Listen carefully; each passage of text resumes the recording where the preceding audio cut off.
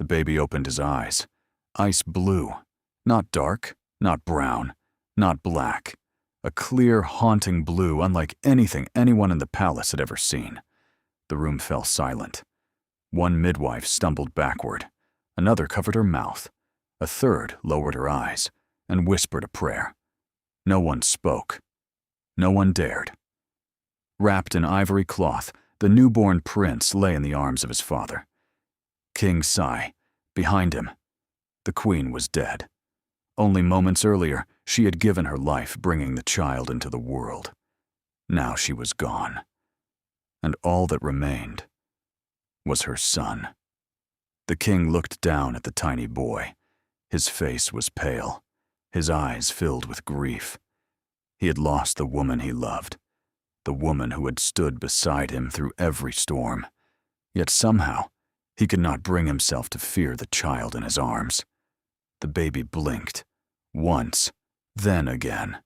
Those impossible blue eyes reflected the candlelight, like frozen stars. Beautiful, unsettling, impossible to ignore. The midwife stepped farther away, as if the child carried something dangerous, something unseen. The king noticed.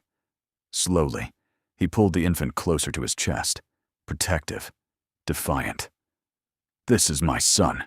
His voice was calm, but every person in the room heard the warning beneath it. Outside, thunder rolled across the mountains. Inside, fear spread faster than the storm. By sunrise, the whispers had already begun. The queen had died. The prince had opened his eyes, and those eyes were blue. Too strange, too different. Before the morning ended, the royal astrologers were summoned, the most respected star readers in the kingdom, men who spent their lives studying the heavens. For hours they examined the skies, the stars, the storm that had covered the kingdom on the night of the prince's birth. And when they finally stood before the throne, their faces were pale. The king sat silently, the infant sleeping peacefully in his arms. The oldest astrologer stepped forward. "My king," his voice trembled. The child was born beneath a divided sky. The court exchanged uneasy glances. The heavens revealed two paths for him. The king's expression hardened. "Speak clearly." The astrologer lowered his head. Then he spoke the words that would haunt the kingdom for decades. "The prince with the ice-blue eyes will either become the kingdom's greatest protector, silence, or its destruction." The room erupted into whispers. Fear, panic, disbelief. The queen had died. The child was different. And now there was a prophecy. Some ministers demanded caution. Others spoke of danger. One finally stepped forward. "A kingdom cannot gamble with its future." Another nodded. "The prophecy cannot be ignored." The king's jaw tightened. He is a newborn child. But fear does not listen to reason. It never has. Then a minister spoke the thought none of the others dared say aloud. "A flame cannot burn a kingdom if it is extinguished before it spreads." The room fell silent. Everyone understood what he meant. The king rose from his throne, slowly, dangerously, and for the first time that day, the court became afraid of him. "No." The single word echoed through the hall. "No one will touch my son." No one argued, but the fear remained, and the king saw it. Today they feared him. Tomorrow, someone might act on that fear. That night, the king stood beside the prince's cradle, watching him sleep. The tiny child knew nothing of prophecies, nothing of politics, nothing of fear. He was only a baby. And yet an entire kingdom already feared what he might become. The king looked down at his son. Then he made the hardest decision of his life. If the world believed Prince Ze Xuan was alive, someone would eventually try to kill him. A frightened servant, a desperate minister, a loyal fanatic, It would only take one. 3 days later, the palace announced that the newborn prince had fallen gravely ill. 2 days after that, the bells rang across the capital. Prince Szechuan was dead. The kingdom mourned. The whispers faded. The ministers moved on. The story was over. Or so they believed. Because Prince Szechuan wasn't dead. Under the cover of darkness, hidden beneath plain cloth, carried in the arms of the only man willing to protect him, the infant prince was taken far from the palace, far from the kingdom, far from the people who feared him. Deep within the mountains stood an ancient temple. There, the king placed his son into the care of the monks. Teach him discipline. Teach him compassion. Teach him wisdom. His voice faltered. And if darkness ever rises within him. For the first time that night, the king's eyes filled with tears. Teach him how to choose the light. The old monk bowed. The king looked at his son one final time, then gently touched the baby's cheek. You are not a curse. A tear rolled down his face. You are my son. Outside, the mountain wind whispered through the trees, and somewhere beyond those distant peaks, the world forgot the prince with the ice-blue eyes. But he was alive, and one day, the kingdom would remember him. Years passed. The kingdom forgot. The palace moved on. The whispers faded. But deep within the mountains, Prince Szechuan lived, far above the capital, far above the noise of the world, hidden among mist-covered peaks and ancient pine trees. The temple became his home. The monks became his teachers. And the prophecy became his shadow. From the day he was old enough to understand words, he knew the story. He knew what the kingdom believed, that he would one day become its greatest protector, or its destruction.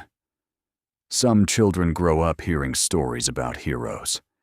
Szechuan grew up hearing stories about himself, and none of them were kind. The monks taught him discipline, patience, compassion. They taught him to quiet his thoughts, to control his breathing, to master his emotions, because they knew something. The prophecy was not dangerous because of his eyes.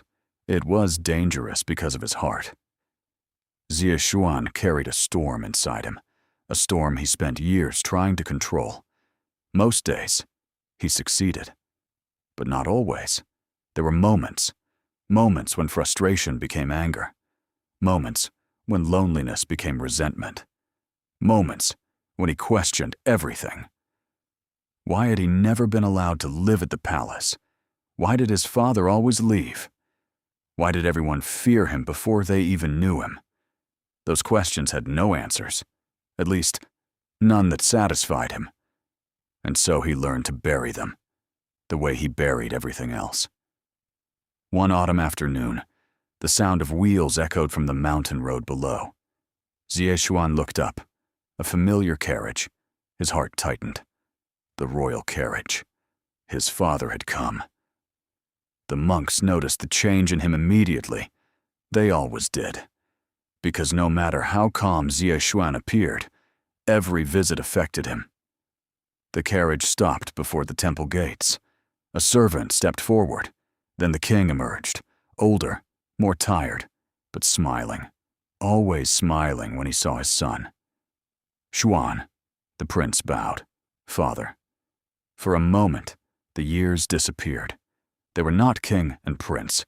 They were simply father and son. The king stayed for 2 days. They walked through the temple gardens, shared meals, spoke beneath the old pine trees. The king asked questions, listened carefully, remembered small details. And every single time, Szechuan found himself hoping. Maybe this visit would be different. Maybe this time, his father would finally say the words he had waited his entire life to hear. Come home. The hope embarrassed him. He was no longer a child, yet it never disappeared. As the second day came to an end, servants began preparing the carriage. The familiar ache returned, the one Jie Xuan never spoke about, the one he never allowed anyone to see. The king stood before him. For a moment, it seemed as though he wanted to say something important. Jie Xuan waited, his heart betraying him once again. Maybe this time. The king's eyes softened. Then he placed a hand on his son's shoulder. Take care of yourself. The hope shattered, quietly, just as it always did. Jie Xuan lowered his eyes, only for a second, only long enough to hide the disappointment. When he looked up again, his face was calm, controlled. The mask was back in place. Safe travels, father. The king nodded, but something in his expression lingered. Regret, perhaps even guilt. Then he climbed into the carriage. Moments later, it disappeared down the mountain road. The temple grew quiet. The mountain wind moved through the trees, and Jie Xuan stood alone, watching the empty road, long after the carriage was gone. You should have asked him. The voice came from behind him. Jie Xuan didn't turn around. He already knew who it was. Master Shen, the oldest monk in the temple. What would have changed? The old monk smiled sadly. Perhaps nothing. A pause. Perhaps everything. Jie Xuan looked away. His jaw tightened. The old monk studied him carefully. You're angry? No. You are. Silence. Then finally, Jie Xuan laughed, a short laugh, without humor. Should I not be? The old monk said nothing. The prince stared toward the distant mountains. When I was younger, he said quietly, I thought every visit would be the one. The wind carried away the rest of his words, but the old monk understood. The disappointment, the loneliness, the longing, all of it. Master Shen stepped beside him. Your father loves you. Jie Xuan closed his eyes. I know. That was the problem. He knew. He had never doubted it, not once. And yet, love had never been enough to bring him home. As evening settled over the mountains, dark clouds gathered in the distance. The first rumble of thunder echoed across the sky. A storm was coming. Neither man knew it yet. But that storm would bring someone to the temple. Someone who would change the course of Jie Xuan's life. Someone who would become the light in a heart that had spent far too many years alone. Her name was Lin Ruolan. The storm arrived before sunset. Rain poured from the sky in endless sheets. Thunder rolled across the mountains. The narrow roads leading to the temple disappeared beneath mud and rushing water. Even the monks remained indoors. No one traveled these mountain paths during a storm like this. At least, no one sensible. Far below the temple, a carriage struggled through the rain. Its wheels slid against the soaked earth. The horses grew restless. Inside sat a young woman, Lin Ruolan, the daughter of one of the kingdom's ministers. She pulled her cloak tighter around herself and looked through the rain-covered window. Miss, perhaps we should turn back, her maid said nervously. Ruolan shook her head. We've already come this far. A flash of lightning illuminated the mountains. Then came the thunder. Closer this time. The horses panicked. The carriage lurched violently. The driver shouted. A wheel struck a hidden rock. Wood cracked. The carriage tilted.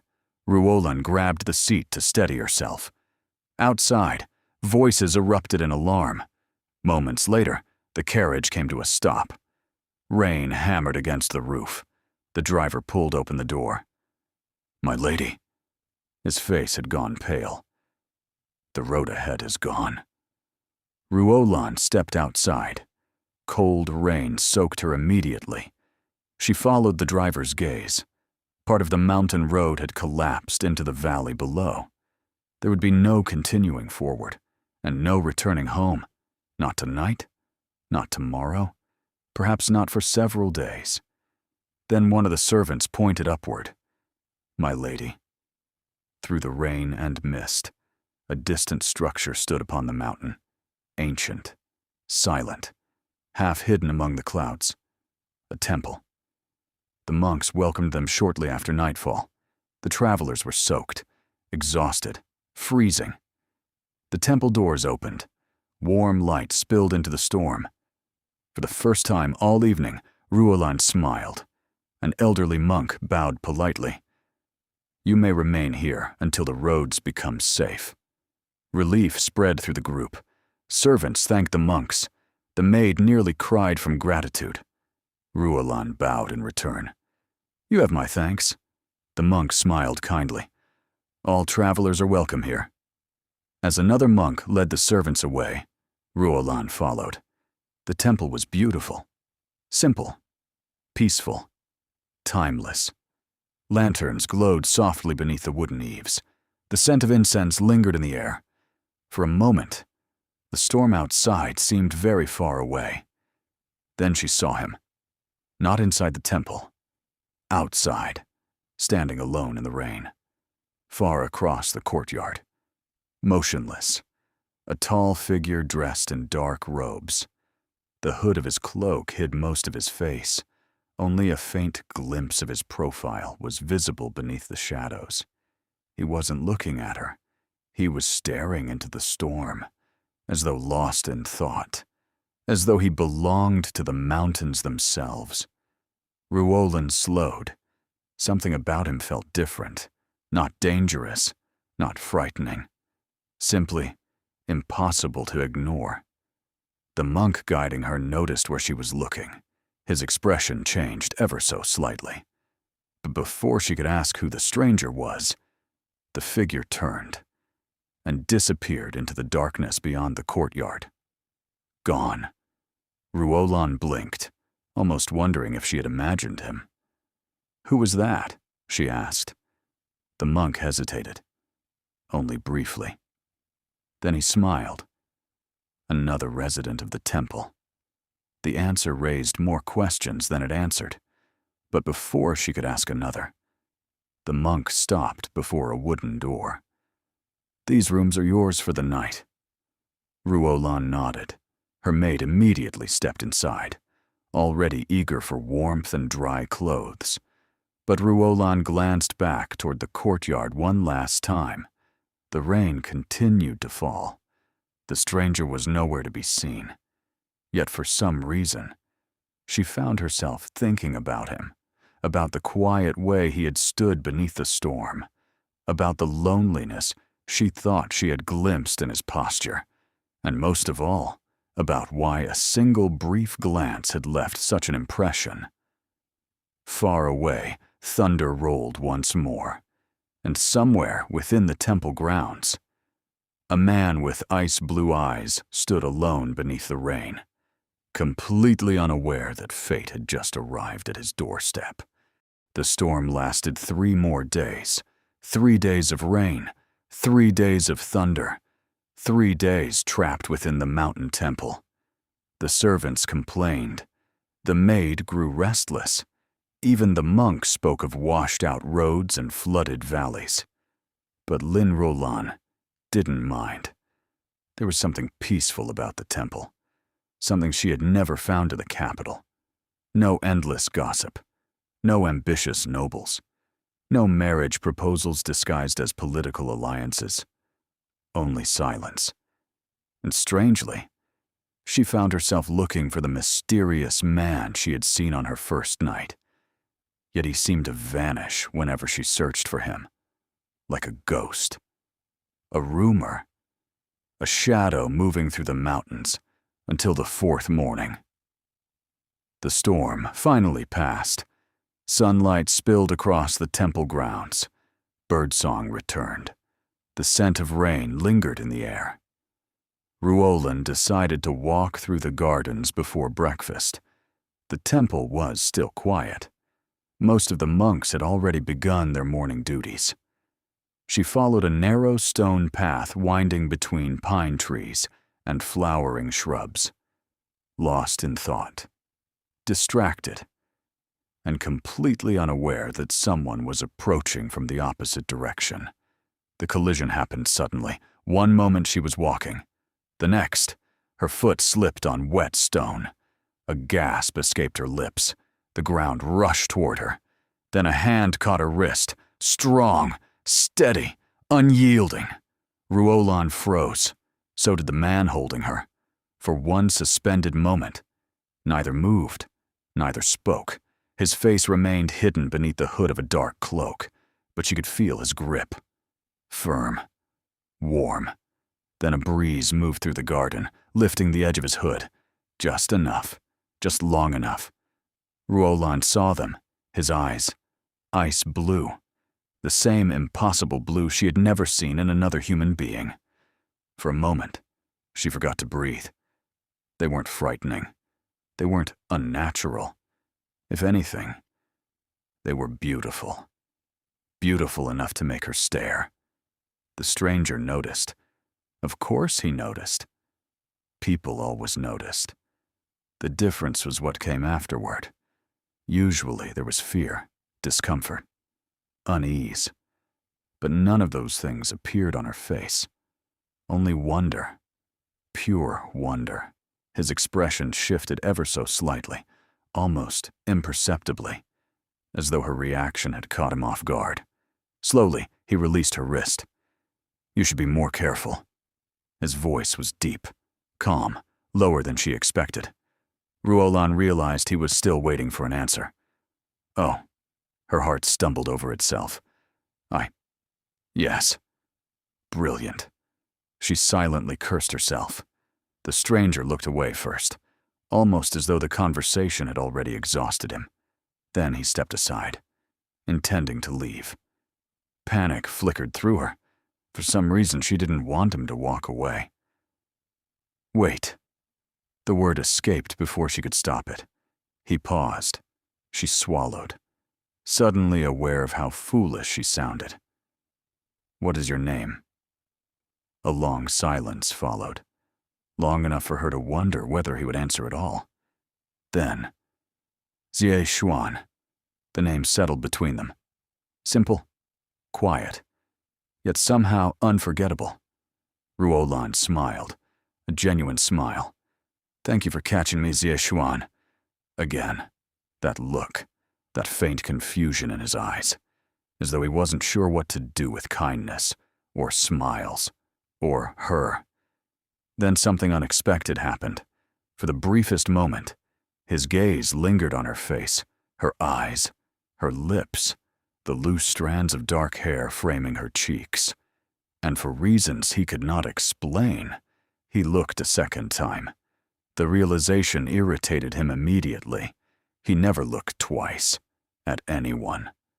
Without another word, he turned and continued down the path, the dark cloak disappearing between the trees. Ruolan watched him go. The morning sun filtered through the branches above, and despite the warmth of the day, she could not stop thinking about those eyes, those impossible eyes.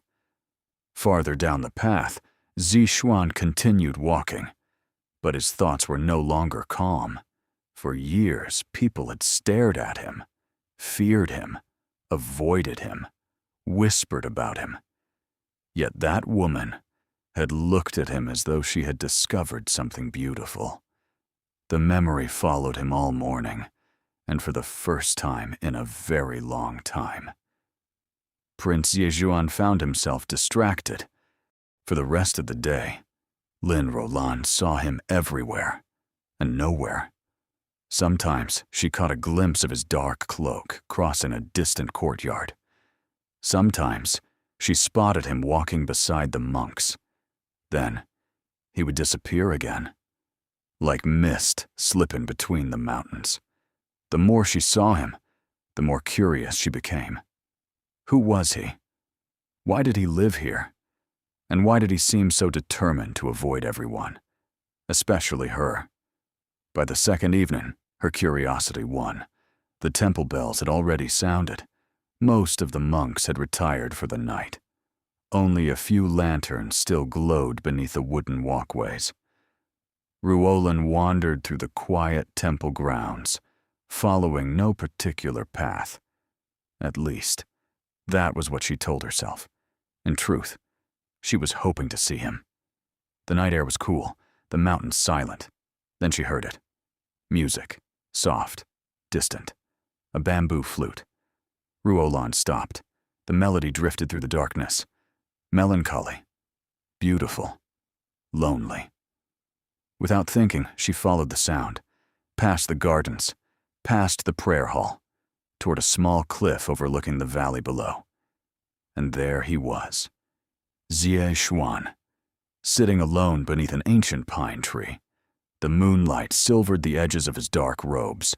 The flute rested against his lips. His eyes were closed, completely unaware that someone was watching. Ruolan remained still, not wanting to interrupt. The music filled the night, and somehow it sounded exactly the way loneliness felt. When the final note faded, she spoke. That was beautiful. The flute stopped. His eyes opened immediately, ice blue, bright beneath the moonlight. For a brief moment, surprise crossed his face. Then it vanished, replaced by the calm mask she had already begun to recognize. You should not sneak up on people. Ruolan smiled. I wasn't sneaking. A pause. Maybe a little. To her surprise, the corner of his mouth twitched. Almost a smile. Almost. Ruolan sat down on the grass several feet away, close enough to speak, far enough not to intrude. Neither spoke for a while. The silence felt strangely comfortable. Not awkward, not forced. Simply peaceful. Finally, Ruolan looked toward him. Why do you always wear that cloak? The question escaped before she could stop herself. Zixuan's expression stilled. The answer was obvious. His eyes. Everyone always asked eventually. Most never needed to ask. Their fear said enough. Ruolan waited, patiently. Then something unexpected happened. Zixuan reached up, slowly, and lowered the hood completely. For the first time, he made no attempt to hide. The moonlight illuminated his face. Strong jaw, high cheekbones, dark hair falling loosely around his shoulders. And those eyes, those extraordinary eyes. Ruolan forgot every question she had planned to ask. For a moment, she simply stared. Not because he was different, but because he was beautiful. Painfully beautiful.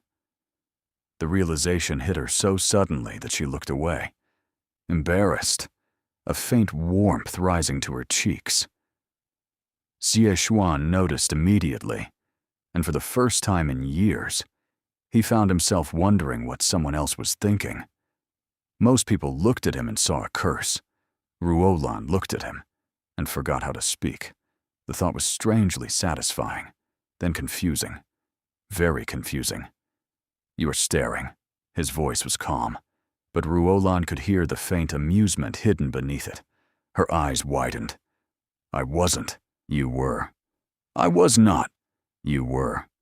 Ruolan groaned softly, and to her horror, Zixuan actually laughed. Not loudly, not for long, but it was real. A genuine laugh. The sound surprised both of them. Ruolan blinked, then smiled, and somehow, that smile lingered longer in his thoughts than it should have. Far across the courtyard, an elderly monk watched from beneath the temple eaves. Master Shen. His eyes widened slightly. Another monk approached. What is it? The old monk continued watching the pair beneath the pine tree. Then he smiled. A slow, knowing smile. I have lived in this temple for 20 years. The younger monk frowned. And? Master Shen's smile widened. That is the first time I have heard him laugh. back beneath the tree, neither Ruolan nor Xuan noticed. They remained seated beneath the moonlight, talking quietly, as though they had known each other far longer than a few days. And somewhere deep inside Zishan, a wall that had stood for many years began to crack. The roads reopened 2 days later. The storm had passed. The mountains were calm once more. Servants hurried through the temple grounds. The carriage was repaired. The horses were ready. Everyone seemed eager to leave. Everyone, except Lin Ruolan. For reasons she refused to examine too closely. The temple no longer felt like a temporary refuge. It felt like something she wasn't ready to lose. Or perhaps, someone. That morning, she found Zishuan beneath the old pine tree, the place where they had spent hours talking beneath the moonlight. He sat quietly, watching the mountains, as though he had always belonged there. Ruolan sat beside him. The silence between them felt familiar now, comfortable. For a long moment, neither spoke. Then finally, "My carriage leaves today." The words sounded heavier than she expected. Xie Xuan remained still. Only his eyes shifted toward her. "I know." Something inside her sank. The answer felt too small, too calm, too controlled. But then again, he had always been that way. Careful, reserved, guarded. Ruolan lowered her gaze. For several moments, she simply listened to the wind moving through the trees. Then she smiled faintly. "I think I'll miss this place." Xie Xuan looked toward the mountains. "So will I." The answer came quietly, almost absent-mindedly, as though he hadn't intended to say it aloud. Ruolan felt her heart stumble. Neither of them spoke after that, because suddenly there was too much to say, and no safe way to say it. The temple bells echoed across the grounds, once, twice, 3 times. The sound lingered in the mountain air, like a farewell. Eventually, Ruolan rose to her feet. "It seems I should go." Xie Xuan stood as well. For a brief moment, neither moved, neither looked away. The wind lifted a loose strand of hair across her face. Without thinking, she brushed it aside. Without thinking, he noticed. Then immediately looked away. The realization annoyed him, far more than it should have. Ruolan smiled softly. "Take care of yourself, Xie Xuan." Something flickered behind his eyes. Something vulnerable.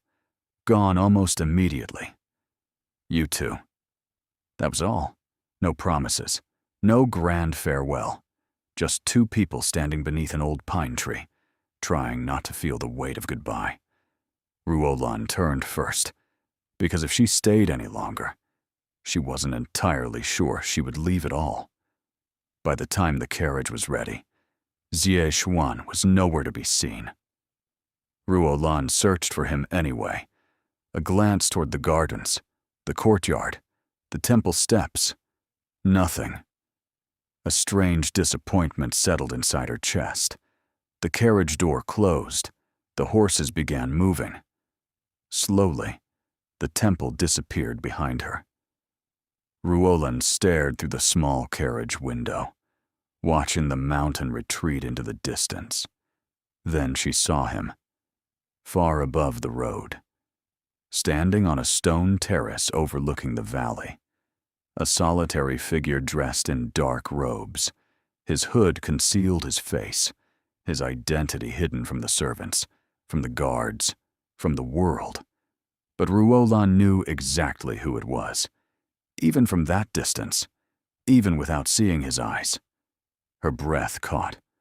For one brief moment, the mountains, the road, the entire world seemed to disappear. Only that figure remained, watching. The carriage rounded a bend. The terrace vanished from sight. Ruolan leaned toward the window, trying to catch one final glimpse, but he was gone. The mountain swallowed him once more. and for reasons she could not explain, her chest suddenly felt empty. Far above the road, Zixuan remained standing long after the carriage had disappeared. The wind moved through his dark hair. The valley stretched endlessly below, yet all he could see was the empty road. The old monk approached quietly. "Master Shen, you should have said something." Zixuan did not look at him. "What?" The old monk smiled. "Anything." Silence. Then Zixuan laughed softly, without humor. What difference would it make? Master Shen studied him. For once, the prince had no answer, because deep inside, he already knew the truth. The temple felt different now. Quieter, colder, lonelier. And that frightened him far more than he was willing to admit. The capital welcomed Lin Ruolan home. Her father was pleased. Her servants were relieved. Life returned to its familiar rhythm. Everything was exactly as it had been before. At least, that was what everyone believed. Ruolan quickly discovered something unsettling. Normal no longer felt normal. The banquets felt louder. The conversations felt emptier. The smiles felt less sincere. And every time she found herself alone, her thoughts drifted back to the mountains, back to the temple, back to him. At first, she told herself it would pass, a few days, perhaps a week, then life would return to what it had always been. It didn't. The days became weeks, yet somehow, she missed him more, not less, which made absolutely no sense. One afternoon, while reading in the family library, Ruolan found herself staring out the window once again. The book lay open before her, unread, forgotten. Her thoughts had already wandered back to the mountains, back to the temple, back to him. A soft voice interrupted her. "Miss?" Ruolan blinked. Her maid stood nearby, concern visible on her face. "Is something troubling, miss?" Ruolan lowered her gaze. "No." The answer came too quickly. The maid hesitated, then spoke carefully. "Miss has seemed unusually quiet since returning from the mountains." Ruolan smiled faintly. "Have I?" The maid nodded. "Only a little." A pause. "Perhaps Miss simply misses the peace of the temple." Ruolan turned her gaze back toward the window, toward mountains she could not see. Perhaps, or perhaps, she missed someone who lived there. Several days later, an opportunity arrived. Or perhaps, an excuse. During an evening meal, her father mentioned an ancient collection of historical records preserved within the mountain temple. Texts unavailable anywhere else in the kingdom. The moment Ruolan heard it, an idea formed. A terrible idea. A dangerous idea. A wonderful idea. That evening she approached her father. Carefully, respectfully, with far more preparation than necessary. "I would like to spend some time at the mountain temple." Her father looked up from his tea. Surprised. "The temple?" Ruolan nodded. "I wish to study the historical records preserved there." The minister stared at her for several moments. Then, to her complete shock, he smiled. A genuine smile. "I think that is an excellent idea." Ruolan blinked. That had been far easier than expected. "You do?" "Of course." He seemed genuinely pleased. "Scholarship is never wasted." Ruolan almost felt guilty. Almost. A week later, she found herself climbing the mountain road once again. The journey felt shorter this time, or perhaps her anticipation simply made it feel that way. The familiar mountain peaks appeared through the mist, then the temple. Ancient, silent, beautiful. The sight of it immediately quickened her heartbeat. Ridiculous, completely ridiculous, yet impossible to stop. The temple gates opened. Several monks welcomed her warmly. Some even appeared genuinely pleased to see her return. Ruolan tried her best to appear calm, composed, uninterested. The performance lasted less than 2 minutes. "Has Master Shen been well?" she asked. One of the younger monks smiled. "Very well," Ruolan nodded. And she paused, far too casually. "Has everyone else been well?" The monk's smile widened slightly, far too knowingly. "Yes." A pause. "Xie Xuan has been well." Heat immediately rushed to Ruolan's cheeks. "Wonderful! Absolutely wonderful." The monk politely pretended not to notice, then pointed toward the gardens. "He was there earlier." Ruolan thanked him, perhaps a little too quickly, then headed in that direction. Not running. Certainly not running. The garden appeared ahead. Quiet. Peaceful. Empty. Her heart sank immediately. Of course. Why had she expected anything else? The disappointment surprised her and annoyed her. Then a familiar voice spoke behind her. "You came back." Ruolan turned so quickly she nearly lost her balance. Xie Xuan stood several steps away, motionless, watching her. For a moment, neither spoke, neither moved. The weeks apart suddenly felt very real, very long, far too long. The wind moved softly through the trees, lifting a few loose strands of her hair. Neither seemed capable of looking away. Then something unexpected happened, for the first time since they had met. Xie Xuan smiled first, only slightly, but enough. Enough to make her heart forget how to beat properly. And somehow, that small smile felt more like a welcome than any words ever could. Several days after Ruolan's return, something changed. She noticed it immediately. The moment the temple gates opened that morning, the atmosphere shifted. The monks stood straighter. The younger disciples spoke more quietly. Even the servants moved with unusual care. Ruolan frowned. This was no ordinary visitor. Curiosity stirred inside her. She looked around instinctively, searching for the source of the change, searching for him. But Xie Xuan was nowhere to be seen, which only made her more curious. Hours later, while crossing one of the wooden corridors overlooking the courtyard, she finally saw the visitor. A man dressed simply, without royal banners, without ceremony. Yet Ruolan recognized him immediately. Her breath caught. The king. She had seen him before, years ago during a banquet her father had attended at the palace. There was no mistaking him. What was the king doing here? And why had his arrival been kept so quiet?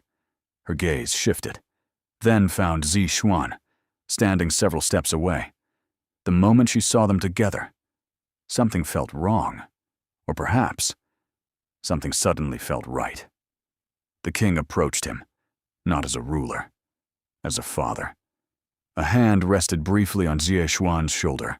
Pride, affection, regret, all hidden beneath a few simple gestures. Ruolan remained perfectly still, her heart beginning to race. Then the wind carried fragments of their conversation, only fragments, only enough. "My son," Ruolan froze. "The kingdom still believes you are dead." The world seemed to stop. Her eyes widened. Suddenly, everything made sense. The isolation, the secrecy, the hidden eyes, the sadness. And then, a memory surfaced. A story from childhood. A story every child in the kingdom had heard. The prince born with ice-blue eyes. The prince the stars had cursed. The prince who had supposedly died many years ago. The lost prince. The prophecy. Ruolan stared at Xie Xuan, unable to believe what she was seeing. The story had never truly felt real before. Just another legend. Yet here he stood. Alive. Breathing. Looking far more lonely than any prince should. For the rest of the day, she said nothing. She remained distant, thoughtful, trying to make sense of everything she had learned. Late that afternoon, the king departed. The carriage disappeared down the mountain road. The monks returned to their duties. The temple slowly resumed its usual rhythm, and everyone seemed to believe the visit was over. Everyone, except Ruolan, because she had seen Zixuan's face as the carriage disappeared, only for a moment, only a brief crack in the mask, but it had been enough for her to know. He was hurting, deeply, and trying very hard not to show it. She found him shortly before sunset, not near the temple, not near the gardens, but at a secluded cliff overlooking the valley below, a place where no one would come looking. At first she remained hidden, unseen, and what she saw made her chest ache. Zixuan stood alone near the edge. His shoulders were tense, his hands clenched tightly at his sides. His entire body looked rigid, as though he were holding something inside with every ounce of strength he possessed. Not anger, not exactly. Pain, disappointment, years of it. Then a small stone shifted beneath Ruolan's foot. The sound was barely audible, but Zixuan heard it immediately. He turned, and the transformation happened instantly. The fists relaxed, the shoulders loosened, the expression disappeared. The mask returned. Calm, controlled, untouchable. Ruolan's heart sank, because now she knew. The calmness was not real. It was armor. You don't have to do that. The words left her quietly. Zixuan frowned. Do what? Pretend. Silence. His gaze held hers, then shifted away. I'm not pretending. The lie landed between them, and both of them knew it was a lie.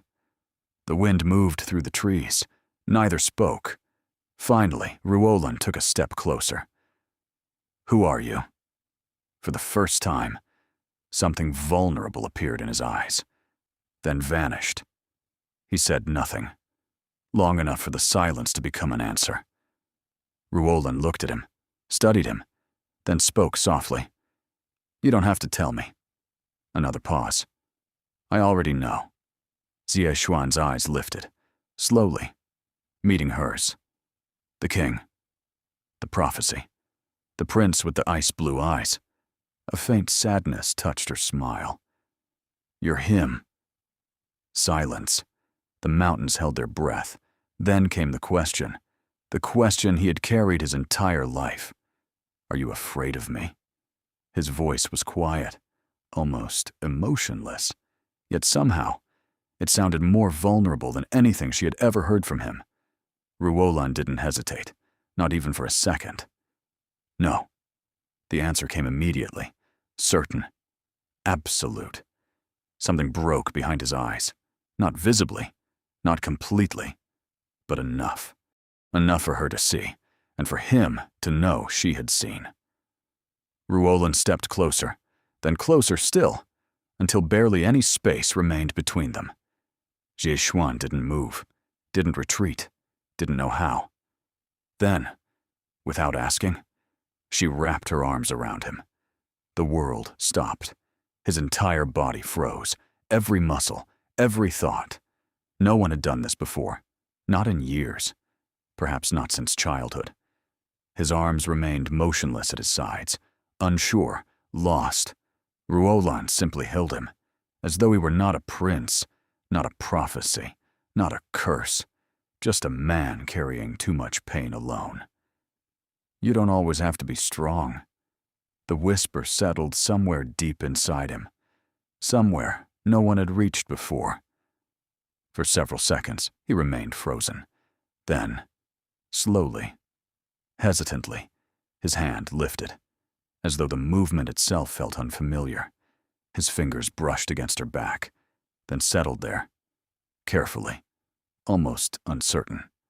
The second hand followed, and for the first time in years, Zixuan allowed himself to lean into another person, allowed himself to be comforted, allowed himself to stop fighting. Just for a moment. The scent of her hair filled the evening air. Her warmth chased away a loneliness he had carried for most of his life. And for one dangerous heartbeat, he never wanted to let go. When the embrace finally loosened, neither stepped back immediately. Neither seemed willing to break the distance. Or perhaps, neither wanted to. Their eyes met and held, long enough for both their hearts to forget their rhythm. Long enough to make breathing difficult. Then the temple bells echoed across the mountains, breaking the moment. But not the feeling. That remained. Long after they walked back together, side by side. And for the first time in many years, Xie Xuan did not feel alone.